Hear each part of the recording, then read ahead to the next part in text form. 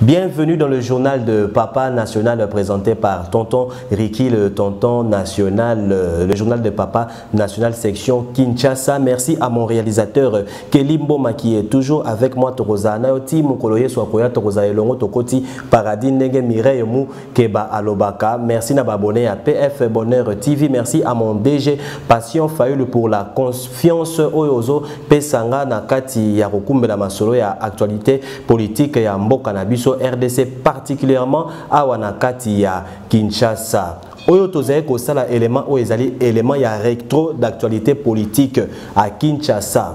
Kinshasa epeli moto makasi bandeko balandi moto epelaki makasi na kati ya Kinshasa, mais avant ya koloba n'importe quoi to koloba n'importe comment, il fallait to ça nanu rétrospective ya koyeba makambo yango eutaki wapi. Édition ya lelo ya Papa National ya mokolo ya journal ya Papa National ya mokolo ezali que na ko faire comprendre batu crise euti wapi na kati na mboka na biso RDC ya liboso. Coalition FCC cache ezaki coalition oyo batu basepela ki na yango te ba politicien mususu batelemaka makambo coalition FCC cache ba ke FCC alingi mingi intérêt oyo ezana ngambu na yeke intérêt oyo etali peuple congolais. Alors ebanede comme makade ezali déjà comme ma crise. Alors chef de l'État ayaki kosala premier discours na esika wapi atali saki que maenyoso oyo yazana azokanisa na kati ya mutu na pona kosala pona population congolaise ezana batu moko bazo sala nini bazo kangaye bazo freiner pour le développement ya mboka esale mate bazo landa plus intérêt ya ba poche pe ya mabumu na bango yango wana eloko moko te ya malonga ekoki kosala manakati ya mboka na biso RDC. Alors chef de l'État Félix Antoine Tshisekedi aye kozwa asali bilan ya 2 ans depuis azali na kati ya pouvoir ya bokonzi ya kokamba RDC na biso aye komona ete ke eloko moko te ya malonga ezali kosala manakati ya excusez-moi na kati ya RDC parce que ezana main noire moko yosani ni ezo bloqué main noire wana ezali bandeko na biso ya FCC o bazana autorité morale na bango l'ancien président Joseph Kabila o yazo conduire bango selon vision na ye bandeko balandi pasi ezali mingi na koyeba ete ke tango Félix Antoine Tshisekedi azui pouvoir ndenge bato balobaki non Kabila apesaka ye pouvoir to boyite soki Kabila mutu apesaka ye pouvoir mais tango opesi mutu eloko tika ye a jouir na eloko wana ezate ke opesi mutu eloko bandi ko benda yango sima pona ezongela yo na bandenge moko ya mabe. Alors crise ebandaki liboso na premier discours ya chef de l'État. Avant to comme na premier discours à chef de l'État yeba ete que chef de l'État a sala ki investiture ya ba 3 juges oyo il fallait ba fanda na ebonga pona ko sala musala ba on a kati ya cour constitutionnelle. Janine Mabunda ayakite, Alexis Tangoma pe ayakite pe batu misusu ya PPRD oyo bazana kati ya FCC bayakite basala ki boycott ya initiative oyo chef de l'État azwa ki pona ko investiture ya ba 3 juges et pe ça qui passe pe elakisa ki degré nini président ya chambre haute na ya chambre basse ba sabotaki chef de l'État na kati ya boycott na bango. Tolongwe na kati ya boycott chef de l'État aye ko sala premier discours na ye. Po il faut yeba soki Kinshasa ezopela moto boye, il faut savoir source eza wapi. Source ezali entre FCC na cash. Chef de l'État aye ko sala premier discours na kati ya premier discours na ye. Alobi il faut créer union sacrée de la nation pour le développement ya mboka. Il faut batu misusu baya bakota na kati ya union sacrée pour na ko développer mboka na biso. Pour mboka na biso ezala émergent ekende na développement ya malamu. Alobi makambo ya kofanda ebonga moko na mutu moko pour na construire mboka ezali susu te aye ko sala nini aye ko fungola consultation. Tango afungoli matali consultation tomonaki ndeko Jean-Pierre Bemba ayaki tomoni ndeko Moïse Katumbi ayaki. Peuple congolais, rappelez-vous que Moïse Katumbi po aniata mabele ya kinezalaka problème na époque ya Joseph Kabila. Ezalaka problème à monaka pasi, azalaki bloqué et puis retenez qu'il était aussi candidat président de la République mais azalaki malmené par ndeko Kabila aniataka mabele ya Congo te. Alors ayaki na ba consultation a solina chef de l'État ndeko Bemba azalaki bandeko na biso misusu oyo ba comédien bazalaki bana ya moto bazalaki ba mama ya zando bazalaki ba shege bazalaki porte ezalaki polé la motunyo sopona kopesa chef de l'État makanisi o bango basala bango na yango po na ko développer mboka na biso Congo ezalaki nde na sens wana nde chef d'état asaki ba consultation na ye toujours esika ezosala pasi bande ko na biso ya PPRD ba boyaki koya na kati ya consultation ba kokota makambo wana te pe ba koya te parce que etali bango te bazui invitation te mais tant que to koma na suka ya consultation bande ko na biso ya PPRD ba saineti ba kozala na kati ya consultation mais ba ye kaka te tine consultation e kosa nini eye kosila crise ya liboso esika pasi ya liboso e bandaki yango wana. Alors, toqué na deuxième discours, il y a chef de l'État. Na deuxième discours, il y a chef de l'État a écopé sa nation congolaise makanisinae oyo azui après la consultation. Alobi, a kozongisa ba élection ezonga na 2 tours nenge zalaka. Toyebi po na nini ba élection et komaka na tour moko ezaka po na ko favoriser tricherie ya gouvernement passé na 18 ans. Na kangi parenthèse. Alobi a nommé informateur ou a identifié majorité parlementaire Moussousou Yassika. Et puis il y a un soki informateur a nommé identifié pardon majorité parlementaire Moussousou a dissoudre parlement. Et après il y a bakosala ba réforme constitutionnelle aye koloba na point moko oye ko sepelisa peuple congolais makasi ke a ko revoir ba loi oyezo protéger batu oyo basala ba crime oyo ezana traîna ba droit de l'homme na ba crime économique il faut à revoir ba loi oyezo protéger ba dongolomi sunyo sowana.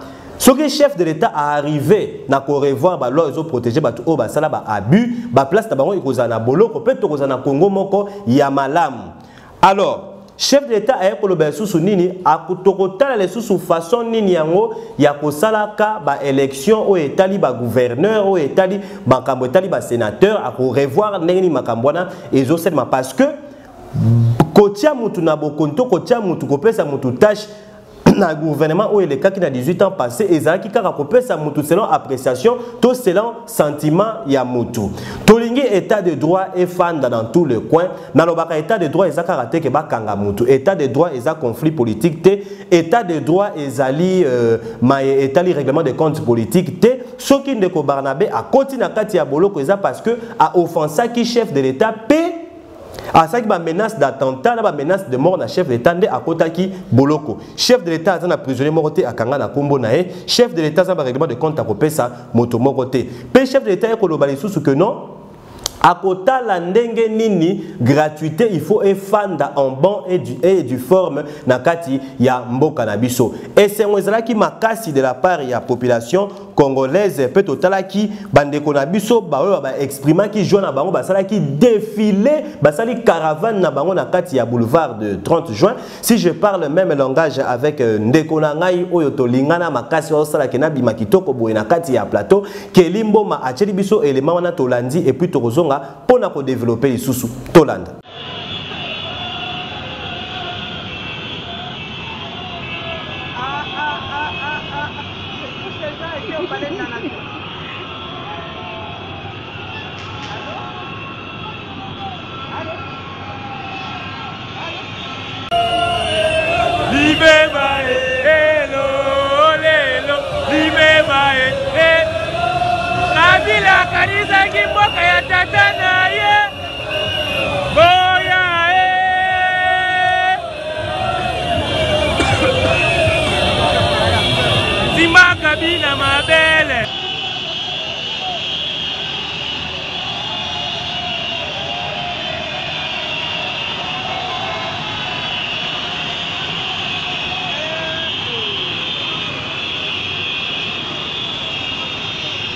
Voilà tout ce que l'on et c'est qui na kati ya Kinshasa koyoka chef de l'État ko pesa makanisi nae ya sika par rapport ya consultation ne outé ko sala deuxième discours nae et tchaki tout le monde d'accord penalingi isusu kelimboma azonga isusu na sima ya régie achela ngai élément ya déclaration ya ndeko Bitakwira oyo alobi que non soki mwasi azana mibale yeba ke moko azali clandestin o mususu kazali titulaire ya poste tout ça par rapport kaka ya nini ya divorce ya FCC Cash Bitakwira pesa ki makanisi naye tolandi. Et ma position actuelle, effectivement, peut-être je vous le dirai après. Et que le deuxième épisode,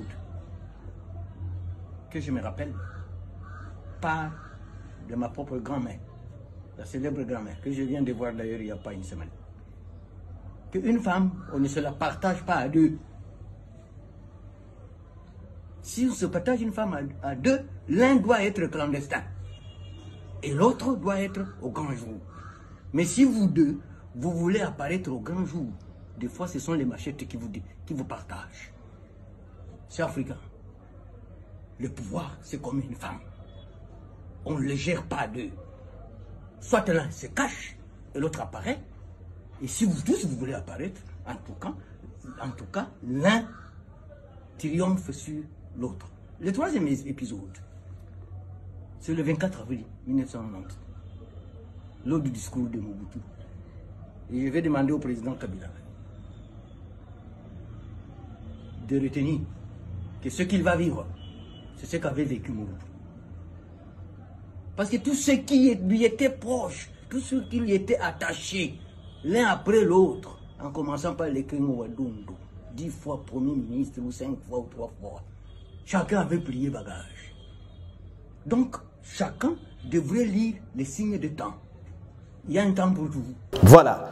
Tout le monde côté il y a discours, il y a deuxième discours, il y a chef de l'État. Tout côté na makambo o Italie, signature il y a pétition contre Janine Mabunda, la présidente de l'Assemblée nationale Azalaki, victime il y a kolongwa na poste naye ya ki présidente il y a Assemblée nationale pour akende naye retraite ce qui peut azonga mboka naye to yebite ne peuple congolais bakeno Janine Mabunda azonga Rwanda nakangi parenthèse. Qu'est-ce que je veux dire par là?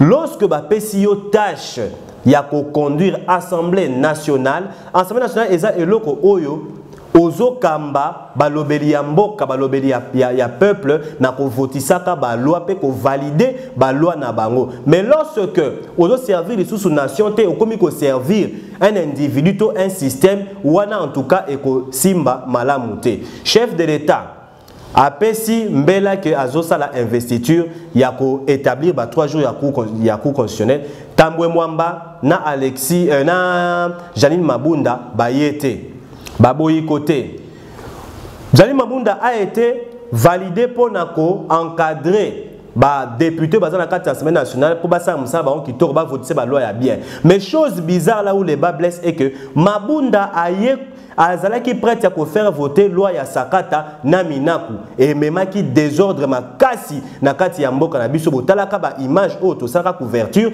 ngana keli mboma na ba chaîne kili ya YouTube pe ya télévision na ba chaîne na biso national bomona ndenge makambo ya loi minaku na sakata ekweyaka ezalaka dur ezalaka pe mabe. Alors bande konaye ba collègue na ye ba député ba lobby que non musala ya présidente na biso ezo simba malamu te yango il faut to sa nini il faut to signer pétition pour Mabunda asala nini alongwa signature ya pétition et sali pasi mingi na motema côté ya FCC na ebisibino.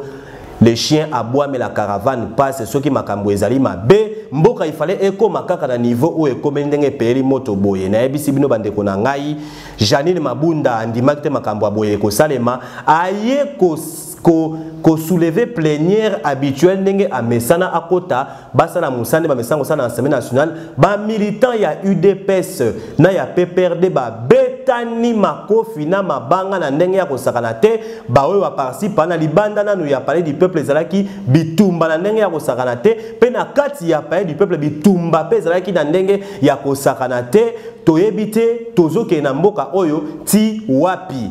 D'une part, j'encourage ba initiative ya ndenge wana parce que Joseph Kabila à son époque a soutenu le mal makasi. Or, Félix Antoine Tshisekedi na époque nae alingi mutu nyonso azala les sika moko azana balance moko sika moko équilibre ezala parmi tout le peuple congolais mutu aleka muninga azate justice ezala indépendant makamu nyonso etambola ndenge il faut etambola o azana tort o azana raison na ebisi bino pona Janine Mabunda asa la plénière na ndenge amesana ezalaki bitumba na kati pe libanda ya Assemblée nationale pe et le sali biso soupasi makasi ezali ete que processus ya pétition ezwaka 72 heures et fait et puis il faut pe koyoka mutu oyo bolingi ko longola par rapport ya article 31 mais na kamwe makasi baye ko installer bureau ya sika ya Assemblée nationale donc na kainkombo kaka ya mutu moko ba kombo ba tumisusu ezana no publié. Premier vice-président de l'Assemblée nationale comme on est Olivier Kabea, suivi les plus âgés à Parlement, dans les deux Benjamin Obazaba vice na kati ya Assemblée nationale. Avant tous les dégâts où il s'est mis na kati peli banda ya Assemblée nationale, Kelimbo Macheli biso bureau ya sika oyo ba vota ki bango kaka lobby awa po ba bandamisa na kati ya Assemblée nationale. Na habité ceux qui ezali bureau provisoire, ceux qui peut ezali bureau définitif, to habité to landi ba 3 personnes oyo ba komi à la tête ya Assemblée nationale et bongo tozonga tozwa ba dégâts. Kelimbo ma to tchana ba dégâts mbala moko to le kambala moko. To chambala moko. To lera chambala moko ba image ya nouveau bureau ya Assemblée nationale bongo tozonga pona ba dégâts. To landi.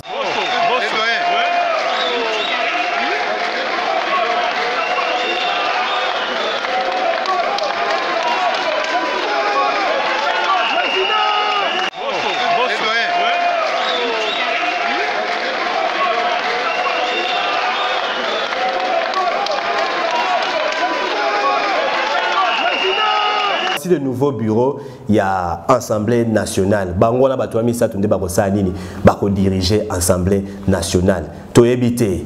Est-ce qu'il y a eu violation de la Constitution ou il n'y a pas violation de la Constitution?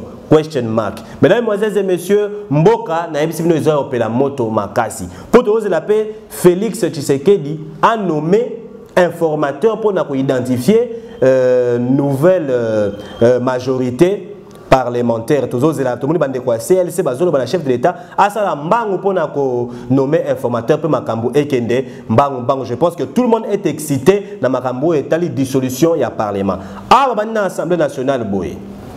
Yeba ete que bakosu qui s'appelle na Sénat makambo oyo sale mape kaka ndengona. Ilukamba azaki reçu et pas ya chef de l'État, le premier ministre Ayambi. Le président de la République, pardon, a mis le premier ministre. Makamba Sololi, to évité, mais le premier ministre a beau couper sa réponse dans les médias, to zalaki wana to tche micro pas premier ministre abi ka kolobelo ko mokote. Chaque fois to mona rae wana to tchaka micro te to lingi aloba nini yango yasika. To éviter ceux qui azwa ki lettre na ya démission, to éviter ceux qui chef de l'État a ebisi nini, on s'abstient de toute information dont on ignore maîtriser ou dont on ignore la source. Alors, Tokosu qui sa journal de papa national ya Mokwalelo na ba dégâts ou nyonso esalemi na kati peli banda ya Assemblée nationale kelimbo malandi seli biso yango nyonso bongo tozongi ngana bino poto pesa na bye bye pona kokuta na mokolo mosusu na édition mosusu pe na émission na biso toso la mboka pona koyeba lisusu rétro actualité politique na ndenge makambo ezoke na kati ya Kinshasa na biso tokoso la lisusu ya mingi na kati ya toso la mboka tolanda ba dégâts.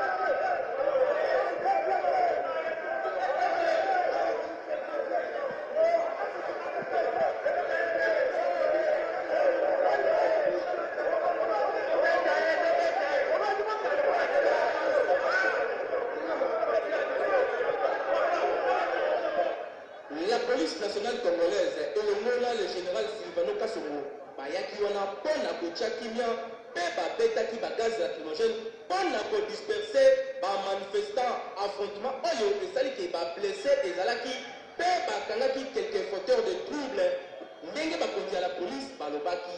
Situation politique est extrêmement tendue. Président de la République, Félix Antoine Tshisekedi Tshilombo, a exprimé que coalition FCC cache et permet de yéter à Salamou, après la consultation politique à Salaki. Nayango, a sengi na ba force politique nyonso, pe ba force vive nyonso ba dans la simanaye, pas la coûte que coûte, au renverser majorité actuelle, pe cause majorité parlementaire, oyo peut permettre naye à Salamou, Salanaye Malamou, pe à promettre que ceux qui informateur oyo a réussi aux accomplissement du Parlement, paiement de zone à zéro, dossier à suivre. Kinshasa, et l'équipe partout.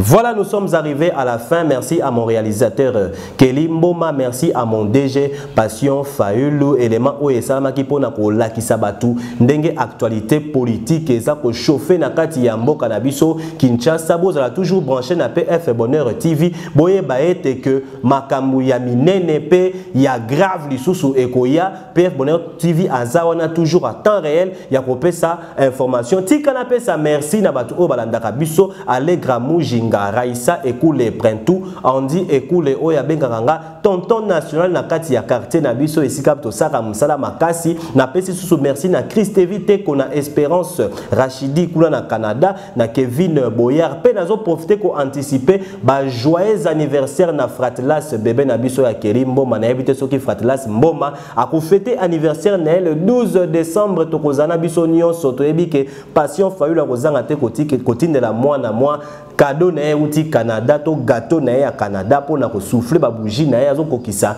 9 mois je pense Kerimbo alors totaliser une année voilà Kerimbo on signalenga alors totaliser une année photo sepelisaka bana je salue encore mon premier fils Ryan Moulalunga na bino tokuta na bino mikolo mikoya kaka na chaîne PF Bonheur TV Simba Motema Toleka Kerimboma à vous.